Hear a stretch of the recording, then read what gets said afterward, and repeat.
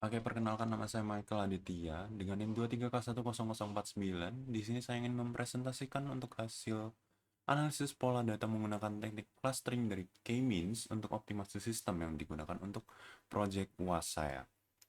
Langsung saja kita mulai. Di sini ada ringkasan eksekutif mengenai pemahaman performa sistem dengan K-means. Ya, paper ini membahas tentang penerapan algoritma K-means clustering untuk menemukan pola dalam data sebuah sistem. Tujuannya adalah mengelompokkan data dengan karakteristik serupa untuk mengidentifikasi bagian sistem yang berjalan normal dan yang bermasalah. Langkah-langkahnya sendiri meliputi persiapan data normalisasi, penentuan jumlah cluster optimal menggunakan metode elbow, dan menjalankan algoritma K-means dengan hasil yang menunjukkan pola performa yang berbeda, dari efisien hingga boros sumber daya. Dan itu memberikan dasar untuk optimasi kinerja sistemnya sendiri. Berikutnya ada kata pengantar atau latar belakang dari data mining untuk optimasi sistem. Langsung saja, perkembangan teknologi saat ini menghasilkan data dalam jumlah yang besar dari berbagai sistem. Tanpa analisis yang tepat, data ini sulit dimaknai. Data mining menjadi krusial untuk menemukan pola tersembunyi. Dan clustering, khususnya algoritma K-means, adalah teknik data mining yang sangat efektif untuk mengelompokkan data berdasarkan kemiripan karakteristik. Metode ini sederhana, cepat, dan mudah diinterpretasikan. Sangat membantu mengidentifikasi perbedaan kondisi sistem dan mengarahkan optimasi berbasis data. Kita langsung masuk ke metode yang pertama untuk pendekatan data mining dengan K-means. Di sini ada 3 metode. Yang pertama adalah pengumpulan data. Data performa sistem, yaitu waktu respons penggunaan CPU dan memori, dikumpulkan dari simulasi dan sumber terbuka dengan variasi untuk hasil cluster yang jelas. Lalu langsung masuk ke persiapan data dengan data yang dibersihkan dari nilai-nilai kosong aneh, lalu dinormalisasi lagi menggunakan metode z-score agar semua variabel memiliki skala seimbang. Lalu yang terakhir untuk menentukan jumlah cluster dengan metode elbow digunakan untuk menggunakan dan menemukan jumlah cluster atau nilai K yang optimal dengan menghitung within cluster sum of squares. Lalu kita masuk ke metode proses dari clustering dan interpretasi. Di sini ada 3 metode juga. Yang pertama langsung kita masuk ke proses clustering dengan algoritma K-means dijalankan berulang kali untuk stabilitas. Membagi data kelompok dengan karakteristik berbeda, dengan beban ringan dan sedang dan berat. Yang kedua langsung masuk ke analisis dan visualisasi dengan setiap karakter dianalisis dengan nilai rata-rata variabel yang dihitung, dan hasilnya langsung divisualisasikan dalam grafik untuk pemahaman yang lebih mudah.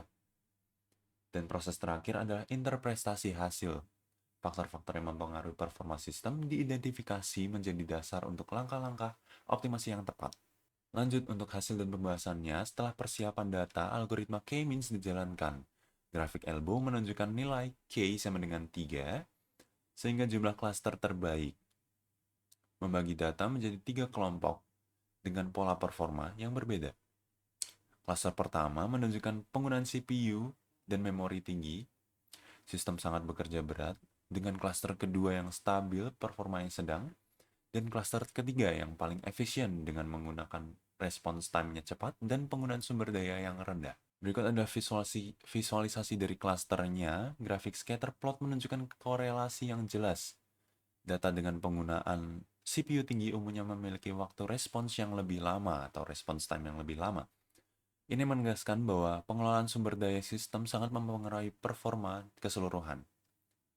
Untuk optimasi sendiri, fokus utama harus pada efisiensi penggunaan CPU dan memori. Pola ini yang baru terlihat jelas setelah clustering, membantu memahami kondisi sistem tanpa perlu menelusuri data satu per satu. Untuk implikasi hasilnya sendiri, di sini ada 3 poin untuk identifikasi beban kerja, fokus optimasi, dan pengambilan keputusan, di mana sudah terdapat penjelasannya masing-masing dalam slide. Dengan kesimpulan dari wawasan K-means clustering ini, pengelompokan data menggunakan K-means clustering memberikan gambaran jelas tentang kondisi sistem. 3 kelompok yang terbentuk menunjukkan perbedaan performa yang signifikan dengan sistem yang sangat berat, stabil, dan paling efisien. Pola ini juga menunjukkan bahwa penggunaan CPU dan memori sangat mempengaruhi waktu respons sistem. Semakin tinggi beban keduanya, semakin lambat sistem berinteraksi. Oleh karena itu, optimasi harus difokuskan pada pengelolaan sumber daya yang efisien. Oke, di sini akan saya tunjukkan untuk kode R-nya yang sudah saya perbarui kembali. Di sini terlihat untuk plotnya sendiri, terdapat CPU dan response time berdasarkan cluster. Di sini ada 3 cluster yaitu warna hitam, merah, dan hijau. Nah, untuk cluster yang pertama, di sini terlihat untuk cluster hitam sendiri, di sini dia memiliki response time yang tinggi, namun juga memiliki CPU usage yang tinggi, sekitaran di 90 atau di 80-an besar. Nah, untuk cluster yang kedua, di sini mungkin dia stabil, namun stabil yang di angka yang cukup besar atau di data yang cukup besar. Lalu untuk cluster ketiga, dia memiliki response time yang tinggi dengan CPU usage yang rendah di kisaran angka 20 sampai 60.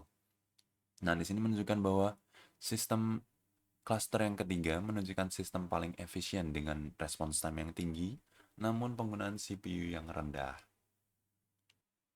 Mungkin sekian untuk presentasi dari saya untuk analisis pola data menggunakan teknik clustering dari K-means untuk optimasi sistem.